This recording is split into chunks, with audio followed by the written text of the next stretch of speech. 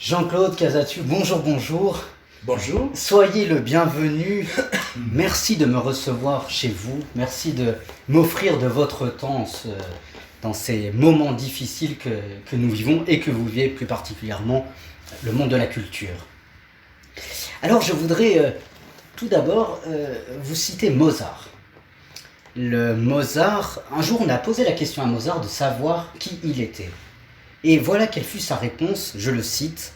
« Je ne peux pas écrire en vers, je ne suis pas poète. Je ne peux pas distribuer les couleurs, je ne suis pas peintre. Je ne peux pas non plus m'exprimer par signes et pantomime mes sentiments et mes pensées. Je ne suis pas danseur. Mais je le peux par les sons, car je suis musicien. » Jean-Claude Casatu, et vous, qui êtes-vous ?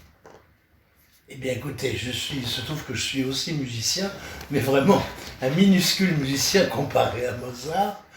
Ma seule, si vous voulez, ma plus grande joie, c'est en effet de pouvoir transmettre, de pouvoir partager des émotions que j'éprouve par, je dirais, par le biais de mon métier qui est plus, je dirais, alors puisque ça va dans votre sens, en l'occurrence, je pense que mon métier est une philosophie, un état et parfois un destin. La philosophie, c'est aussi un connais-toi mieux toi-même en pénétrant les grands chefs-d'œuvre.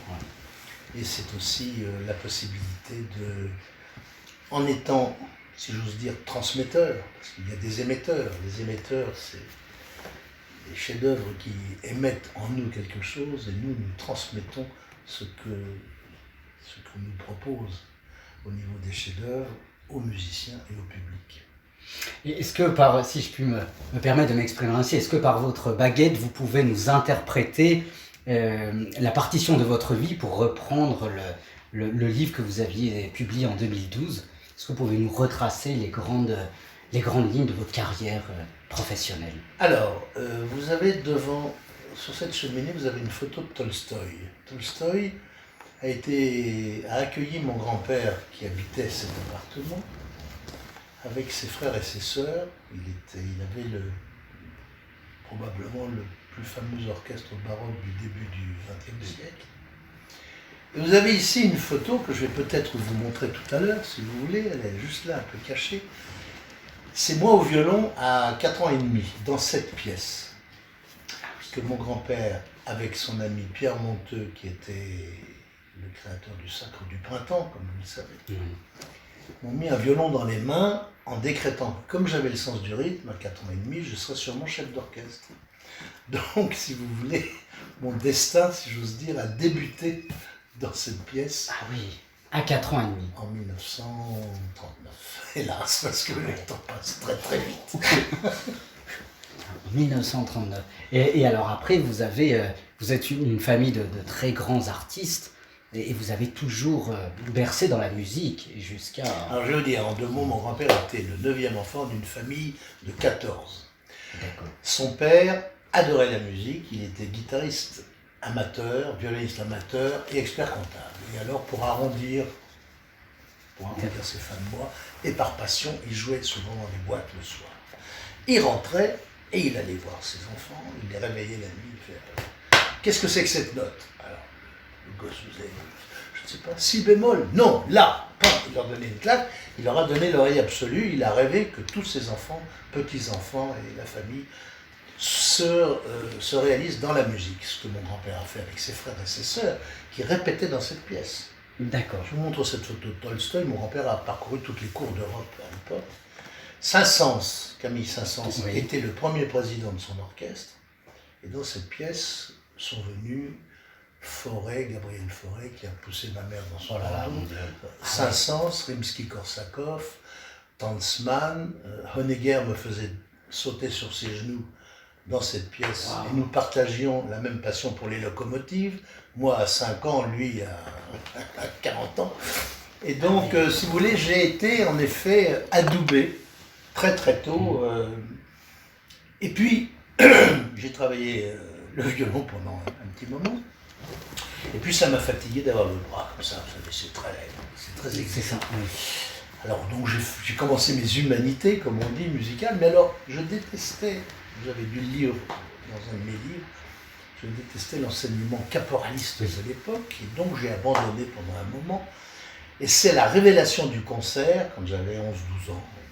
J'ai été conduit par ma grand-mère. Mon grand-père, hélas, venait de mourir. Et j'ai eu la révélation du son gigantesque, merveilleux, tellurique, arachnéen que pouvait déchaîner ce démiurge à la tête d'un orchestre qui m'a fasciné. Et je me suis dit, je voudrais être chef d'orchestre. Bon, il se trouve que j'ai là repris le piano, j'ai joué de l'orgue, et j'avais à 14 ans un orchestre de jazz comme pianiste. C'est ça. Ensuite, je suis rentré au conservatoire, j'ai fait mes humanités, alors là très sérieusement. J'ai eu un premier prix de percussion et j'ai fait mon métier de batteur percussionniste. D'accord. Dans les séances d'enregistrement, sous la direction des très grands chefs, sous la direction aussi d'autres styles, d'autres arrangeurs. Et mon panthéon musical a eu la chance d'être confronté à tous les styles. D'accord. Les styles, qu'est-ce que c'est? C'est l'identification. L'identification permet la pénétration justement de la pensée des créateurs que l'on a pour mission de servir. Super, c'est un très beau, une très belle carrière professionnelle qui se poursuit actuellement. Malheureusement, avec cette pandémie, elle est un peu à l'arrêt. Je voulais faire, tout à l'heure, je vous disais que vous êtes une famille de très grands artistes, vous êtes un très grand artiste. Je voudrais faire le parallèle entre la peinture et la musique. Le peintre imagine le monde, le musicien l'interprète. Ma question est la suivante. Le comédien aussi, le danseur aussi. Le danseur aussi, tout à fait. Oui. Le comédien. Ma mère était sociétaire de la Comédie Française. Voilà. J'ai été bercé dans la musique des mots, Voilà. avant la poésie des notes. Voilà, oui, votre maman, Gisèle Kadatsu, oui, qui était vraiment oui, pensionnaire de la Comédie Française. Mais, sociétaire, oui, pardon, sociétaire. Mais ma question est la suivante. Interpréter, vous qui êtes musicien, n'est-ce pas d'une certaine manière trahir? Quand on interprète une œuvre, est-ce qu'il n'y a pas une... Écoutez, il y a le risque de la trahison. Il y a le risque. Bien sûr. Il y a le risque de la trahison, mais vous savez, une de mes devises, c'est servir, oser, transmettre et obtenir. Servir, c'est vraiment s'imprégner de la pensée du créateur que l'on a pour mission de servir, le compositeur. Oser, c'est s'autoriser quelques transgressions que l'on croit positives, c'est-à-dire un mouvement, une couleur, un silence habité, un rubato, comme on dit en musique, c'est-à-dire une flexibilité qui n'altère en rien la pensée du compositeur, mais qui donne la vie à son œuvre. Oui. Nous sommes un peu les Geppetto du Pinocchio chef-d'œuvre immobile. Nous animons au sens latin du terme, c'est-à-dire qu'on donne l'âme et nous donnons la vie. La musique, c'est la traduction la plus poétique de la vie, de ses joies, de ses souffrances, de ses voluptés, de ses espérances, de ses interrogations. Tout est dans la musique. Et dans la musique, dite grande, ce qui m'a souvent un peu énervé, parce que les gens qui employaient ce mot-là, c'était en même temps, si vous voulez, l'excuse de ne pas aller au concert en disant « ça n'est pas pour nous ». Et je me suis juré, dans toute la mission que j'ai accomplie dans le Nord-Pas-de-Calais pendant 40 ans, que ce « ça n'est pas pour nous », je ferai en sorte que ça le devienne. Et j'ai consacré un chapitre dans mon premier livre, Le plus court chemin d'un cœur à un autre, un chauffeur de taxi qui m'emmenait à l'opéra où je dirigeais et qui me dit « Qu'est-ce que vous faites ?» Je lui dis « Écoutez, je suis chef d'orchestre, je vais diriger à l'opéra. » Il me dit « Oh, ça, c'est pas pour nous. » Je me suis juré que je ferais en sorte que ça le devienne. Et c'est ce que je me suis efforcé de faire parce que l'émotion artistique, et particulièrement l'émotion musicale, chacun est à égalité devant elle. Simplement, il faut être saisi un peu comme, si j'ose dire, Saint Paul sur le chemin de la grâce, quand vous recevez la beauté. Malraux a dit une chose très très belle. Il a dit « On peut être tenté d'aimer que le mot art puisse donner à des gens le sens de la grandeur qu'ils ignorent en eux. » J'ai constaté au cours de ma vie combien la musique, l'art en général, mais en ce qui me concerne c'est la musique, pouvait avoir des effets extraordinairement bénéfiques sur l'apaisement, la sérénité, la douceur, le calme que ça peut transmettre. On dit même d'ailleurs que Mozart a permis à des vaches de faire du meilleur lait ou aux poules de mieux C'est ce qu'on dit. Alors écoutez, les vertus thérapeutiques de la musique sont quand même formidables. C'est ce qu'on dit. Vous avez le livre que vous avez écrit, le cœur qui rejoint l'autre, là. Est-ce que Le plus court chemin d'un cœur à un autre. Pas à l'autre. Hein. Oui, à un le autre. plus court chemin d'un cœur, qu'est-ce que c'est? Il n'y a pas la subversion des mots, c'est la musique. Oui, c'est ça. La musique, vous l'éprouvez, vous la recevez. Pas besoin d'expliquer. Oui. Et tout d'un coup, vous avez un univers imaginaire que vous pouvez nourrir par l'émotion que vous recevez. Alors même si la musique ne s'explique pas, je dirais rentrons un peu plus dans une réflexion philosophique, en disant que l'art est un besoin humain. Tout art est un besoin essentiellement humain. Et en fait, qu'est-ce que l'art? C'est un artiste qui va, pour reprendre le titre de votre ouvrage, c'est un artiste qui va rejoindre le cœur de l'autre, qui va lui taper, le rentrer dans son cœur au niveau de l'émotion, au niveau des sentiments, etc. Cependant, en philosophie, est-ce que on n'a pas besoin de l'art pour nous rapprocher non plus du superflu mais de nous-mêmes? C'est-à-dire que nous sommes dans un monde superflu, les relations sont superficielles, etc. On ne sait pas trop où l'on va. Est-ce que la musique et l'art en général, la musique, ce n'est pas celle qui vient, je dirais, remplir le cœur de l'homme pour non pas effacer le superflu mais s'en éloigner? Je pense que l'art, c'est un questionnement. C'est un questionnement aussi sur soi. C'est aussi une prise de risque. Oui. C'est aussi un élément, quand vous le pénétrez, qui vous fait souvent prendre conscience de la grandeur des choses par rapport à la petitesse des vôtres. C'est quelque chose qui est, je crois, qui permet un contact, une fédération entre les gens, que je crois indispensable. Vous savez, c'est Dostoïevski qui a dit « La beauté sauvera le monde ». Bon, mais il faut se dire qu'en effet, c'est un moyen de réunion des âmes.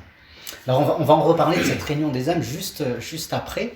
Cependant, et ça n'est pas, j'ajouterais, oui. Ça n'est pas un supplément d'âme. C'est l'âme. C'est l'âme. C'est directement l'âme, ce qui n'est pas la même chose. C'est pas tout à fait pareil. Pas tout à fait pareil. Mais avant de revenir sur ce que vous disiez à l'instant sur la fédération, etc., je voudrais citer Kant. Emmanuel Kant, dans la critique de la faculté de juger, a distingué le beau, le sublime et l'agréable. Je vous donne simplement les définitions de Kant. Il dit que le beau, c'est une sensation universelle. L'agréable, c'est ce qui plaît à moi, donc c'est la subjectivité. Et le sublime, c'est la rencontre du désordre et de la démesure. Jean-Claude Casatu, en tant qu'immense chef d'orchestre, comment dirais-je, en tant qu'immense chef d'orchestre, est-ce que vous expérimentez, est-ce que continuellement vous expérimentez en dirigeant un orchestre ces trois notions, l'agréable, le sublime et le beau? Comment les interprétez-vous? Je pense qu'il y a une chose, au départ, après analyse, d'où part-on, par où passe-t-on, où va-t-on, comme on nous l'apprenait aussi dans le Lagarde et Bichat, ou dans les œuvres qui nous demandaient à l'école, au lycée, d'analyser la poésie, de savoir comment est construite une œuvre. Et puis après, il y a non seulement la notion d'interprète, mais la notion de traducteur. Je suis un interprète-traducteur, c'est-à-dire que j'essaie de traduire la pensée du compositeur en lui donnant la vie, c'est-à-dire en interprétant ce qu'il a voulu et en mettant la vie dans sa musique. Maintenant, pour revenir à votre question, vous me la reposez parce que j'ai vous inquiétez pas. J'ai un tout petit peu diversé, si j'ose dire. Quelle est la place, pour reprendre les trois notions de Kant, oui, quelle est la place le sublime et l'agréable? L'agréable, on pourrait même aussi parfois parler de désagréable, parce qu'il arrive également que des esthétiques puissent ou nous enthousiasmer ou nous heurter. Oui, et ça, c'est un vrai problème. C'est de quelle façon est-ce que le goût est ressenti, comment est-ce que l'impression pour l'auditeur et pour le créateur est ressentie. Il m'arrive, avant d'étudier, de ne pas du tout être inspiré par des œuvres qu'il faut pénétrer. Quant au public, il lui arrive aussi de se dire, par exemple, notamment pour la musique dite contemporaine, qui fait peur un nombre incalculable de gens, mais on oublie que chaque musique a été contemporaine. Sauf que les créateurs sont toujours en avance sur les auditeurs. C'est-à-dire qu'un créateur, il a raison souvent trop tôt, et ça n'est que plus tard qu'on lui rend l'hommage qu'il mérite. Et vous avez Monteverdi, par exemple, qui a failli aller en prison s'il n'avait pas eu la protection de son prince, parce qu'il avait introduit des dissonances un peu heurtantes pour les oreilles de l'époque dans sa musique. Et quand vous entendez, les gens quelquefois entendent Debussy, disent « oh là là, c'est moderne », en oubliant que c'est un formidable compositeur qui, à partir de la fin du 19e siècle, est rentré dans le panthéon des grands créateurs contemporains, et qui est un classique, mais parlons de Dutilleux, parlons de Varèse, parlons de Boulez, qui sont des représentants absolus au fond, de l'évolution, et Stravinsky, et puis Ravel, bien sûr, et combien d'autres, mais qui sont si j'ose dire, les représentants de leur époque, à travers ce qu'ils ressentent. Et Beethoven, qui est je ne suis pas tombé dans le lieu commun du grand génie que chacun connaît, mais pour moi, c'est le premier rocker du 19e siècle. C'est-à-dire que, et en même temps, c'est le premier illustrateur de la société industrielle en pleine expansion. Vous entendez la cinquième. Il y a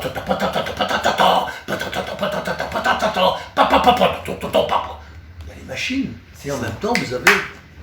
Ça groove, c'est ça. Donc, il a été totalement en prise avec son époque. Mozart a été complètement en prise avec la sienne. Jean-Sébastien Bach, c'est l'architecte classique, mais qui fait chanter les lignes. Il y a toujours voilà. Stravinsky, avec le Sacre du printemps, a révolutionné aussi une forme d'écriture, et Debussy, avec le prélude à l'après-midi d'un faune, est rentré dans le panthéon des grands créateurs contemporains. Oui. Est-ce qu'avec tous les grands artistes que vous venez de nous citer, est-ce que la musique vous permet, je rappelle que nous sommes dans le cercle de pensée devenir pour agir, est-ce que la musique vous permet-elle de devenir qui vous êtes? Ah mais je vous ai dit il y a une seconde, l'art c'est aussi un questionnement et sur le connais-toi toi-même. Oui, c'est ça. C'est-à-dire que il n'y a pas de limite si j'ose dire, quand les gens vous disent « Ah, mais vous connaissez bien cette œuvre, ah, mais au stade où vous êtes arrivé, voilà, vous ne pouvez plus progresser ». D'abord, un artiste qui cesse de douter, cesse de progresser, et c'est jusqu'au cimetière qu'on apprend et que l'on peaufine et que l'on révise les chefs-d'œuvre dont on a la charge. Et c'est vrai que le connais-toi toi-même permet aussi de voir où est-ce qu'on est capable d'aller dans la fidélité et en même temps dans l'interprétation. Oui. La limite, elle est étroite pour les musiciens. Elle l'est moins pour les metteurs en scène de théâtre ou d'opéra qui quelquefois font chanter les chanteurs la tête en bas et se mettre devant l'œuvre. Notre rôle, c'est de ne pas se mettre devant l'œuvre, mais c'est de la servir. Et c'est vrai qu'il y a des contextes, il y a des mythes qu'il ne faut pas transgresser. On peut transposer certaines périodes, il y en a d'autres qu'il est difficile de transposer. C'est vrai, quand vous voyez arriver Don Juan dans une voiture américaine sur une scène, bon, pourquoi pas, mais il y a des élucubrations qui ne sont pas forcément au service de la musique, qui est la traduction, encore une fois, d'une pensée reliée à la vie. Une pensée reliée à la vie. Je crois qu'entre la musique et la philosophie, il y a un lien quand même très étroit, à savoir que toutes deux poussent à toutes deux poussent à l'aspiration métaphysique. C'est-à-dire, et c'est Schumann qui dit la musique. Métaphysique, vous savez, vous connaissez le mot réel, je l'emploie souvent. D'ailleurs, car la musique, en effet, il pousse à la métaphysique. Et c'est au-delà du réel. Tout à fait, au-delà du réel. Et c'est ce que dit Schumann. Schumann dit la musique est ce qui nous permet de nous entretenir dans l'au-delà. Jean-Claude Casatsu, j'ajouterais que c'est pour moi une des voies les plus pures vers la spiritualité la plus élevée. Sans la traduction des mots et au niveau des vibrations un peu irrationnelles que l'on peut ressentir. Des vibrations qui provoquent parfois les larmes, que Wagner a essayé d'étudier en déterminant des accords qui provoquaient l'émotion, mais ça reste un peu limité tout de même. C'est pas quantifiable mécaniquement. Et c'est un des mystères, je trouve, aussi C'est ça. de la naissance, de la mort, du corps humain. Et c'est pour ça que je suis tellement, je dirais, attentif et un peu réticent à la mécanisation et à la robotisation des esprits à cause des technologies qui en effet sont nécessaires, mais dont on ne doit pas devenir esclave pour ne pas perdre de vue la dimension humaine. J'ai une toute petite parenthèse, puisque vous me permettez d'en parler maintenant. Au niveau de la robotisation, je ne sais pas si vous avez entendu, mais l'année dernière, le Japon a inventé la première IA robot pour une quarantaine de... Qu'en pensez-vous? Écoutez, vous mettez une mécanique devant un orchestre, il n'y a plus d'expression. Et puis il n'y a plus d'humanité. Ben non, la part d'humanité, elle est mise en rencard. C'est ça. Qu'est-ce que c'est que les gestes? Les gestes, c'est pas uniquement battre la mesure, c'est le geste et la traduction. Et le geste est le domestique de la pensée, qui elle-même est le fruit de l'alliage entre le cœur, la réflexion, l'analyse. C'est ça. Et la main gauche, puisque nous parlons de mon métier, la main gauche c'est celle du cœur, mais c'est celle qui donne l'inflexion, le phrasé, la douceur, la force, la détermination, l'impulsion. Et là, c'est le code de la route, pour pas que les musiciens se perdent éventuellement. Excellent. Ah oui, je ne connaissais pas les deux. Voilà. Il faut le code de la route et le phrasé. Voilà, les 3-4, 2-4, 5-8, 6-8. Là, c'est ce que les musiciens ont sur leur partie, ce qui est, si j'ose dire, objectif. Oui. Les mesures. Le rôle d'un bon musicien, c'est de sortir les notes de leur univers carcéral, que sont les barres de mesure. Et à partir de là, c'est pour montrer, si vous voulez, le chemin entre les différentes mesures, mais là, c'est pour donner l'expression. C'est pour ça qu'il faut avoir une indépendance quand vous êtes chef d'orchestre et ne pas diriger d'une façon parallèle comme ça, parce qu'il y en a peu qui arrivent à, en effet, il y en a un certain nombre en tout cas qui n'arrivent pas à déterminer la différence entre là ce qui ne doit pas bouger et ça ce qui permet de... Oui, c'est ça. Ce qu'un robot ne peut pas faire finalement. Parce que le robot, il n'a pas d'âme. Il n'a pas d'âme, tout à fait. On nous prétend, j'y crois pas une seconde, on nous dit qu'un robot peut avoir voilà, la sensibilité d'un être humain. Il peut apprendre des gestes mécaniques de sensibilité qui correspondent à certains paramètres, sûrement. Mais la spontanéité de la sensibilité, elle ne peut venir que de la vibration intérieure du corps humain, qui est un chef-d'œuvre incommensurable, et un cerveau dont on n'utilise que 10% de ses facultés, si mes renseignements sont exacts. Oui, en moyenne. Mais pour revenir aux aspirations métaphysiques, Jean-Sébastien Bach souligne, je le cite, le but de la musique devrait n'être que la gloire de Dieu et le délassement des âmes. Jean-Claude Casatu, peut-être une question un peu personnelle. Êtes-vous d'accord avec Jean-Sébastien Bach? Croyez-vous en Dieu? Est-ce que la musique vous permet de vous rapprocher de Dieu? Bon, alors là, c'est une question compliquée. J'essaye de croire au bien et au mal.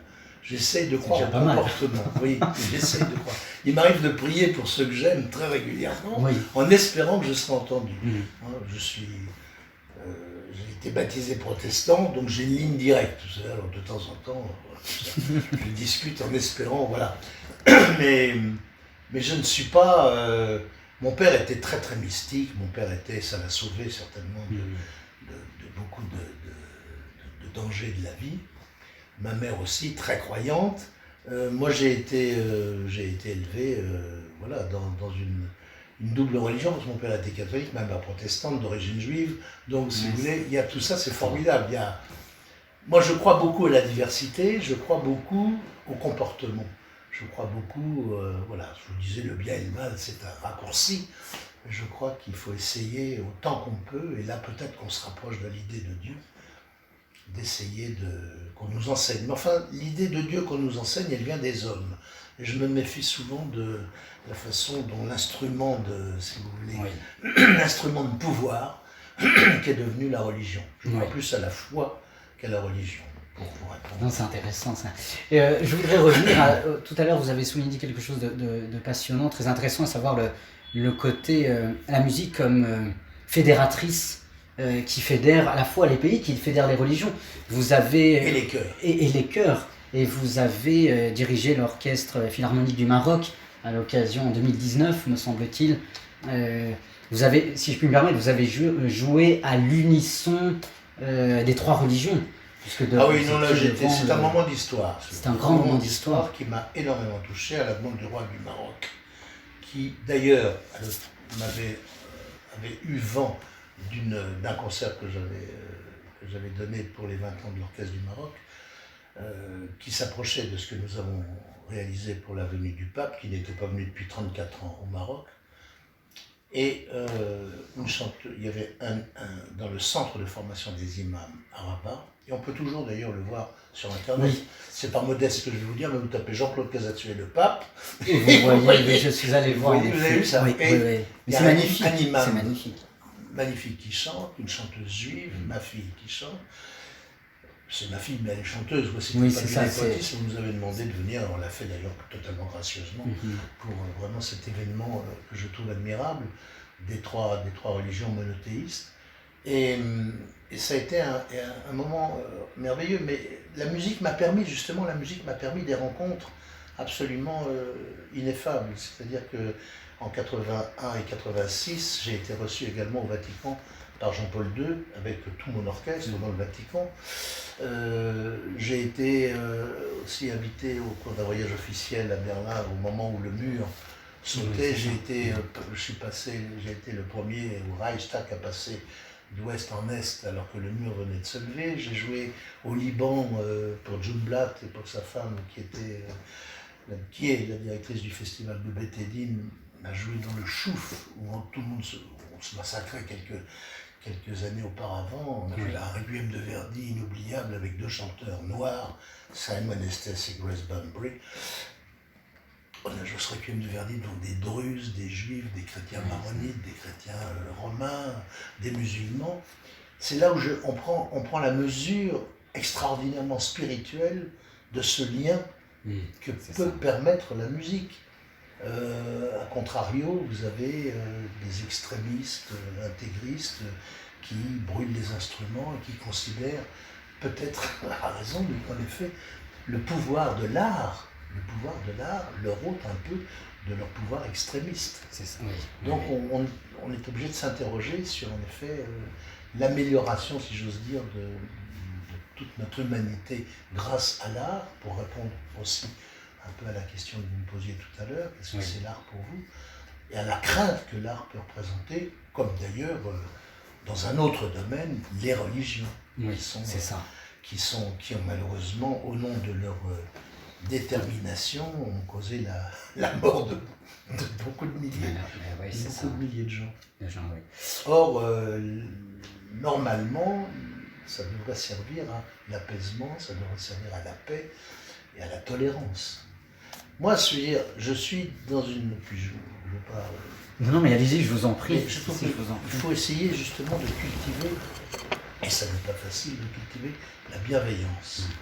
La bienveillance et la tolérance. C'est un très beau mot, ce sont de très beaux mots. La bienveillance, veiller sur le bien de l'autre, c'est moi, j'essaie de toutes mes forces de cultiver, si vous voulez, dans cette période en plus, qui est extraordinairement toxique moralement. Et c'est pas commode. Oui, c'est ça. Parce qu'on est provoqué souvent à d'autres réactions. Oui. Je voudrais, Jean-Claude Casatsu, peut-être proposer la réflexion de Bergson, d'Henri Bergson.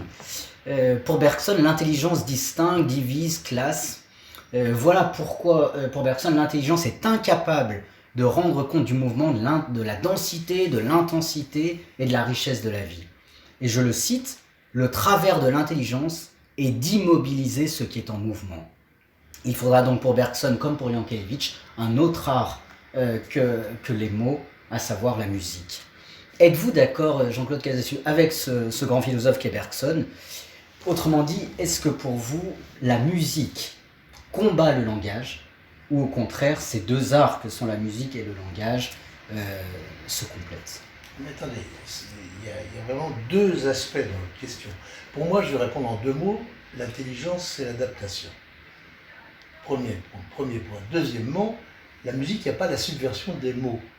Oui. Or, on dit qu'au commencement était le verbe, très bien, mais justement la musique s'adresse à l'imaginaire. Donc vous pouvez, dans cet imaginaire, comme une auberge espagnole de la sensibilité, y apporter tout ce que vous avez de disponibilité. Alors, je trouve très très intelligent et très passionnant ce que dit Bergson et aussi Jankévitch, qui était en plus un musicien, C'est ça, oui. qui était un grand amoureux de la musique. Mais il y a un mystère de la musique. Il y a un mystère comme il y a un mystère de la foi. C'est-à-dire que vous recevez quelque chose qu'il est parfois difficile de mettre en équation. Vous avez les musicologues, très bien, mais il y a toujours un moment donné, comme quand on regarde le ciel et la galaxie, il y a toujours une interrogation sur qu'est-ce qui fait le génie de Jean-Sébastien Bach, de Mozart, de Beethoven, de Debussy, de Stravinsky, de Ravel, et aussi des grands contemporains. Alors, il y a un questionnement comme celui, oui, mais pourquoi est-ce qu'on peut avoir des doutes sur l'existence de Dieu? Dieu, c'est pas une existence, c'est un esprit. Mhm. Je crois aux forces de l'esprit, comme disait Mitterrand. Oui, je crois aux forces de l'esprit, oui. L'interview va malheureusement bientôt se terminer. Peut-être. C'est-à-dire que tous les sujets que vous évoquez nécessiteraient de longs moments. Je reviendrai vous interviewer avec grand plaisir. Parce qu'en plus, on n'a pas forcément non plus la clarté d'esprit quotidienne sur certains sujets.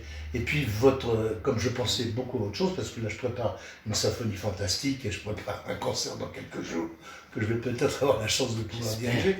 Donc, ça mobilise l'esprit différemment. Complètement. Mais quand j'ai écrit, par exemple, j'ai adoré écrire, mais là, ça vous plonge dans une autre réflexion. Et l'écriture n'est pas la même chose que le verbe. Et l'écriture permet justement un approfondissement et une réponse à quelques questions. Enfin, essayer de trouver des réponses à quelques questionnements métaphysiques. Est-ce que la différence de l'écriture permet de s'extérioriser et la musique de revenir à soi-même? Est-ce qu'il y a l'écriture permet d'aller plus en profondeur dans la réflexion. Oui. Parce que ce qui est écrit, et moi j'attache beaucoup d'importance à la, si vous voulez, à la clarté et à l'authenticité de ma pensée. Oui, c'est dire. Alors que quand on parle, bon Dieu, quelquefois on dit des bêtises, et puis on n'exprime pas forcément toujours ce que l'on peut ressentir, ou dans le noir, parce que dans le noir on pense très très bien. Puis quand on se réveille, on a oublié ce qu'on pensait dans le noir. Et ça c'est terrible. Moi il m'est arrivé la nuit de me réveiller pour écrire, parce que je trouvais que j'avais de temps en temps des envolées formidables que je n'arrivais absolument pas à retrouver le lendemain. Mais j'aime bien l'écriture, j'aime bien faire sonner, j'essaye d'écrire de la façon dont j'essaye de faire sonner la musique. C'est-à-dire d'essayer de trouver le naturel dans l'expression. Non, pas la redondance, pas la prétention, essayer d'être naturel et d'être simple. Une avant-dernière question, très très simple. Y a-t-il pour vous une bonne et une mauvaise musique? Il y a des musiques qui vous touchent, il y a des musiques qui sont bien faites, il y a des musiques qui vous touchent et qui sont moins bien faites. Là aussi, il y a quelque chose de très particulier dans le goût. Je crois qu'il n'y a pas de mauvaise musique, il y a des petites façons de la faire et de l'aborder. D'accord. Je voudrais terminer par une question. Vous avez tout à l'heure partagé votre grande devise qui est servir, oser, transmettre, obtenir. Je voudrais m'arrêter simplement sur la transmission. Vous êtes un amoureux de la jeunesse, vous êtes énormément occupé de jeunes musiciens, vous leur avez transmis à la fois l'art, votre talent, etc. Aujourd'hui, quel message pouvez-vous leur adresser? Qui plus est en ce temps de pandémie où tout le monde ce sont des moments très difficiles pour tout le monde, qui plus est pour les jeunes et les étudiants. Quel message d'espérance pouvez-vous aujourd'hui leur adresser? Ça dépend de quels jeunes. Les jeunes musiciens ou bien les jeunes en général? Les jeunes en général. Il faut essayer d'aimer. C'est le premier mot. Pour moi, c'est le plus beau. Et aimer, c'est aimer son prochain, c'est aimer ce qu'on fait, c'est d'essayer de cultiver du désir. Le désir de transmettre, le désir d'éprouver aussi du plaisir, parce que c'est en se faisant du bien qu'on en donne mieux aux autres. Et c'est d'essayer de ne pas voir la bouteille à moitié vide, mais la bouteille à moitié pleine. Alors, il y a beaucoup de misère. Et alors là, ça serait vraiment honteux de ma part de vouloir donner des suggestions ou des conseils. Mais justement, essayer d'avoir un œil à l'autre. Vous savez, les musiciens, et puis le respect. Le respect. Dans mon métier, c'est très important, mais c'est très important dans la vie. Il y a un livre qui s'appelle Le Lavignac, qui est un grand livre de solfège, que l'on aborde quand on débute. Et le premier mot, c'est la musique, c'est le respect des valeurs. Or, je suis très très attentif à cette notion de respect, parce que d'abord, un artiste doit être respectueux de son art et essayer de... Et surtout quand il est traducteur-interprète, mais quand il est créateur, c'est pareil. Et donc, respect, amour, et puis une forme aussi de, je crois, enfin, je vais avoir l'air redondant, mais une forme de modestie face à ce que l'on croit être et ce que sont les autres, qu'on n'apprécie pas toujours de la façon dont on devrait. Et loin de moi l'idée de donner des... Vous savez, je suis pas, vous l'avez peut-être compris, je suis pas un professeur, je suis pas un magistère, je suis pas... Et si vous voulez une définition de ce que je ressens, je suis plus un avocat qu'un procureur. D'accord. Mais en tout cas, essayer d'aimer, je trouve ça vraiment une très belle, voilà, une très belle expression que vous partagez aux jeunes qui malheureusement sont dans des moments difficiles comme vous et nous tous finalement. Je sais et puis, il ne faut pas rester seul. Oui, c'est ça. Oui, il faut cultiver la relation à l'autre. Oui, c'est ça, c'est important, qui plus est. Et j'espère que, Jean-Claude Casassu, vous allez pouvoir ressortir de chez vous. Je voudrais citer Gustave Mahler, je sais que vous aimez beaucoup Mahler, regardez ce qu'il dit. « Le printemps ne me laissera plus rester dans cette maison, je dois sortir et respirer profondément l'air à nouveau, l'air pour pouvoir respirer, et je rajouterai l'air de la musique. » Je pense que Gustave Mahler est complètement d'actualité. J'ose espérer que le confinement s'arrêtera bientôt et qu'au printemps, nous pourrons retourner. Oui, mais Gustave Mahler, qui était un artiste absolument extraordinaire, qui pour moi, si vous voulez, je l'ai déjà dit plusieurs fois, mais je sais que quelquefois on radote, et puis parce qu'on affirme ce qu'on croit penser, ce qu'on pense en tout cas, ce qu'on croit juste. C'est en musique ce que Stefan Zweig est pour moi en littérature. C'est-à-dire que ce sont deux amoureux de l'Europe qui ont pensé à un passé, qui ont pensé avec nostalgie à un passé qui aurait été heureux, et qui sont confrontés aux grandes conflagrations du XXe siècle. Alors ils ont un regard nostalgique vers ce qu'ils avaient rêvé pour l'Europe. Et j'ajouterais, en tant qu'artiste, il y a Rilke qui a écrit des choses absolument formidables. Être artiste, c'est ne pas compter, c'est croître comme l'arbre qui résiste au grand vent du printemps sans croire, sans penser que... Je recommence. Être artiste, c'est ne pas compter, c'est croître comme l'arbre qui résiste au grand vent du printemps sans craindre que l'été puisse ne pas venir. L'été vient, mais seulement pour ceux qui savent l'attendre aussi tranquille et ouvert que s'ils avaient l'éternité devant eux. Patience est tout, je l'apprends tous les jours au prix de souffrances que je bénis. Et il ajoute, la vie créatrice est si proche de la vie sexuelle, de ses souffrances, de ses voluptés, qu'il n'y faut voir que deux formes d'un seul et même besoin, d'une seule et même jouissance. C'est magnifique. Rien n'est pire que pour un artiste que la critique, seul le cœur y parvient, et la profondeur en soi-même, etc., etc. Donc si vous voulez, il y a dans ces réflexions, il y a de la philosophie, et il y a une interrogation sur, en effet, le devenir. On est tous impatients, on est tous vaniteux à un moment donné, on est tous un peu prétentieux à un moment donné, on a tous envie du succès. Mais c'est vrai que la pénétration des œuvres d'art, la pénétration de cette condition d'artiste impose une réflexion philosophique sur qui suis-je, où vais-je, d'où est-ce que je viens et à quoi est-ce que je sers. Oui. Jean-Claude Casassu, merci beaucoup pour ces minutes que vous m'avez offertes. Merci pour votre humanité. Merci de m'avoir reçu. Je voudrais laisser le dernier mot à Arthur Toscanini, le grand chef d'orchestre. Et voilà ce qu'il dit. Il y a deux sortes de chefs d'orchestre. Ceux qui ont la partition dans la tête et ceux qui ont la tête dans la partition. Jean-Claude Casassu, je crois que vous êtes les deux. Vous avez...